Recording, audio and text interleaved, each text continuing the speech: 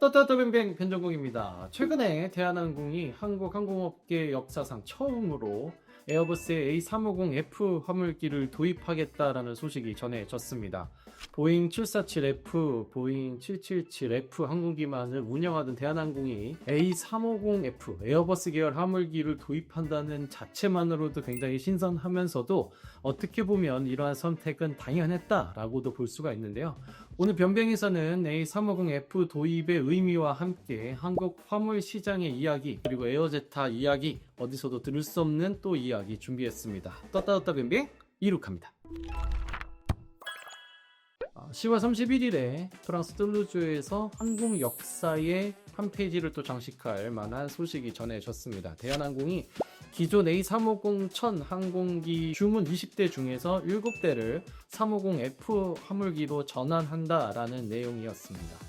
자, 먼저 350F에 대해서 소개를 해드리면 2021년부터 개발이 진행이 됐습니다. 보통 항공기 하나가 설계에서 어떤 운영까지 가려면 10년도 넘게 걸리는데 350F 같은 경우에는 채 10년이 채 안 됐는데도 곧 상업 운행을 앞두고 있습니다. 그 이유는 설계 자체가 기존의 여객기로 있던 A350-1000 항공기를 거의 따라했기 때문입니다. 99% 닮았다는 게 에어버스의 설명이거든요. 기존에 있던 설계를 그대로 가지고 와서 화물기로만 전환을 하는 것이다 보니까 안전 어떤 인증 문제만 잘 통과를 하면 운항에는 큰 무리가 없을 것이라는 게 시장의 분석입니다.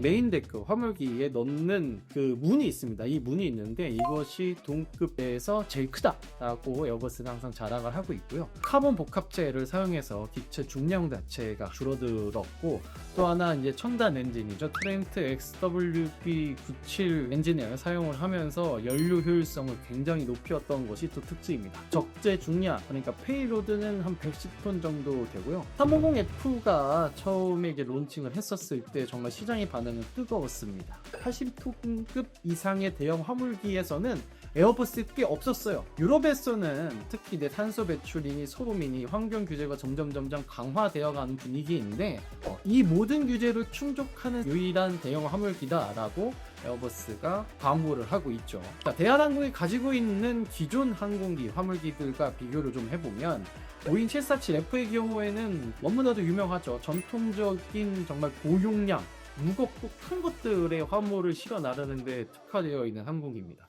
앞노즈가 올라가면서 이게 웃고 있는 그런 모습의 이제 항공기가 대표적인 747의 트레이드 마크인데, 크고 긴 것이 한 번에 쫙 분해하지 않고도 쫙 들어갈 수 있다는 게 어마어마한 장점이죠. 적재 중량도 130톤이 넘어갑니다. 적재 능력면에서는 따라올 항공기가 없죠. 보잉 777F는 연료 효율이 매우 뛰어납니다. 102톤 정도를 씹을 수가 있는데 이 항속거리가 9,200km입니다. 8,000km를 채 가지 못하는 747에 비해서는 더 멀리 갈 수 있는 거죠. 그런데 장거리는 어떤 연료 효율적인 면에서는 뛰어나지만 합치할 수 있는 적재 용량이 크게는 30톤 이상 차이가 나다 보니까 747과 777F를 어떻게 보면 대한항공이 보완해가면서 사용하고 있다, 그렇게 보시는 것이 좋습니다.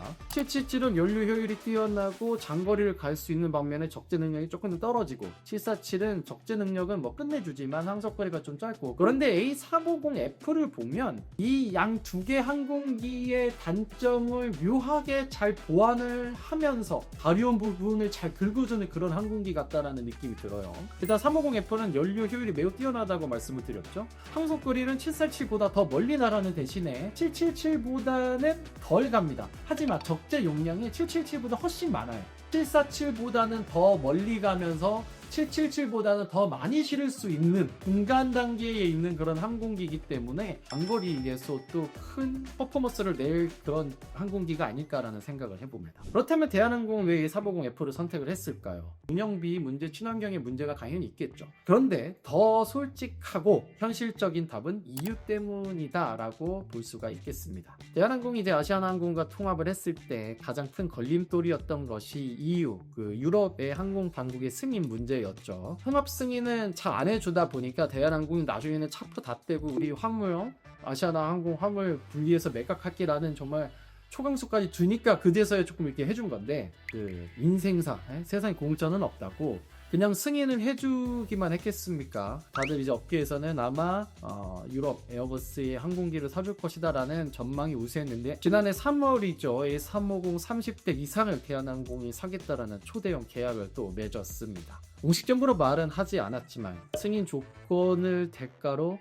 물밑에서 항공기 사주는 뭔가 기부의 테이크를 한 것이 아닌가라는 게 항공업계의 분석입니다. 이 저희 분석뿐만 아니라 항공업계에서는 다 그렇게 보고 있죠. 자, 그런 상황에서 모든 항공기를 다 여객기로 하자니 까리까리합니다. A350 900은 아시아나도 운영을 하면서 어느 정도 입증이 됐지만 350 1000의 경우에는 이게 약간 좀 운영에 문제가 있다라는 좀 지적들이 좀 있다 보니까 이걸 다 하자, 20대를 다 하자니 좀 그렇고, 최근에 또 트럼프 대통령이 대한항공이 뭐 보잉을 위해서 100조 이상의 돈을 썼네 막 이렇게 대한항공을 세워주다 보니까 대한항공 입장에서는 유럽의 그 EU의 뭐또 좀 눈치도 좀 보이고 좀 미안하고, 친환경 규제에 맞춰야 되기도 하고 연료 효율도 좋다고 하니까 어차피 뭐 화물기는 필요하고 보잉의 어떤 차세대의 화물기로 꼽히는 777F 시리즈가 도대체 언제 나올지도 모르는 상황에서 또 350F를 빨리 주문을 해야 이게 또 빨리 인도를 받을 수 있기 때문에 여타 이제 수지타산을 계산해 보니까 지금 이것을 전환하는 것이 맞다라고 이렇게 판단을 했겠죠. 대한항공 입장에서는 A350 여객기를 또 돌리고 있다 보니까 조종사들의 어떤 전환 문제가 자유롭죠. 이렇게 뭐 큰 무리는 없어 보이기 때문에 350F를 도입한 거는 제가 볼 때는 당연한 수순이었으면서도 잘한 선택이었다라는 생각을 또 해봅니다. 그리고 또 하나 중요한 부분은 A350F가 환경 규제에 대응할 수 있는 스펙을 가졌다는 것입니다. 유럽의 경우에는 탄소 배출 규제니 소음 규제니 이런 것이 점점 강화되어 가고 있는 분위기입니다. 이것을 만약에 충족시키지 못하는 항공기의 경우에는 특정 시간대 운항을 못한다든지 탄소 배출권을 사야 된다든지 하는 불리한 조건이 형성이 될 수가 있어요. 이게 다 돈이거든요.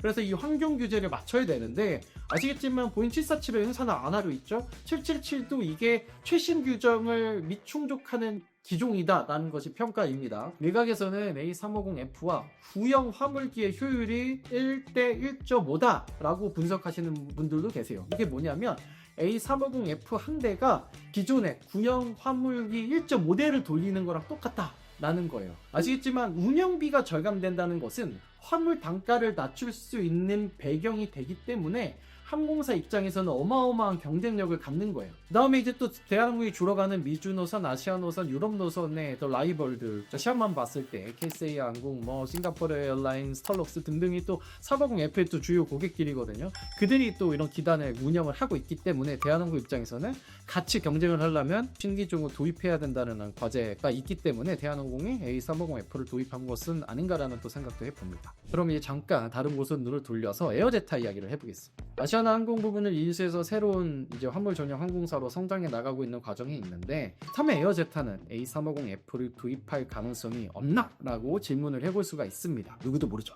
하지만 저는 높은 확률로는 신규 기제를 도입할 가능성은 낮다라고 보여집니다. 지금 에어제타는요, 사실 시장의 안착 그리고 운영 안정화가 목표입니다. 사모펀드가 최대 주주다 보니까 5년 정도 있다가 엑시트를 해야 되고, 그러려면 성과를 보여줘야 되고 수익을 또 내야 돼요. 그래서 운영 효율화를 매우 강조하고 있는데, 화물 전용 항공사에서의 어떤 운영 효율이라는 게 뭐겠습니까? 결국 영업이에요. 영업의 드라이브를 굉장히 강히 걸고 있는 상황에서 새로운 항공기를 도입할 여력이 과연 있을까라는 생각을 또 해보고, 지금 에어제타에는 350 면접 가지신 분이 없습니다.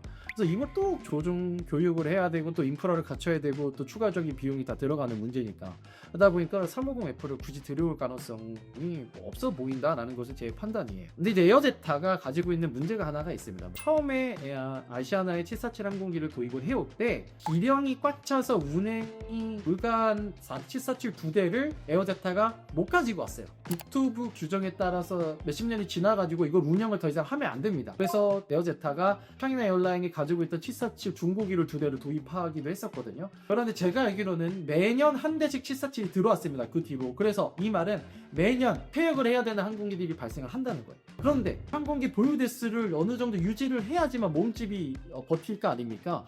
그래서 지금 에어제타의 가장 큰 문제는 어떻게 해서든 중고 화물기를 사와야 돼요.